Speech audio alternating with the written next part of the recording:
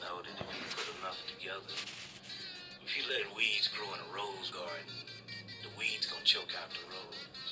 So they know that that's a natural existence, and they bunch us up in, a little space and confine us in areas, and so we don't look no further than next door.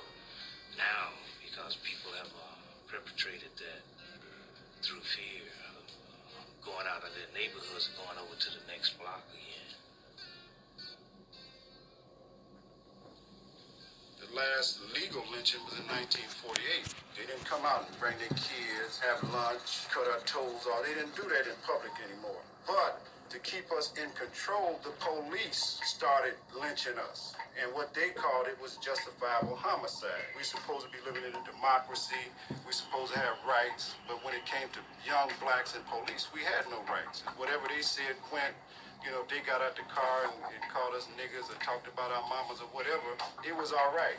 If we said, hey, well, fuck you, then we was beat up, thrown against a car, charged with assaulting the police. But I think the young people, when they come in and they see the discrimination, the racism, when they look at our history of slavery and segregation, and then they look around today and see that nothing has really, really changed, they reject the bigger society. They say, hey, you can tell me about Christopher Columbus and George Washington. You can tell me about all them people all you want to, but I know that's BS. Because while you telling me about these people, you was whooping us, beating us, raping our women. So they reject that, but they have nothing that we as a people have created positive vehicles for them to direct that energy into. So it ends up being in a gang environment where it's just they out there for themselves. The black community has resisted the LAPD from the very beginning. The African American community has been fighting for half a century to succeed in just at least one time, in bringing a cop to justice. I mean, that's the Rodney King thing. The Rodney King thing's the culmination, this struggle that began in the 1940s.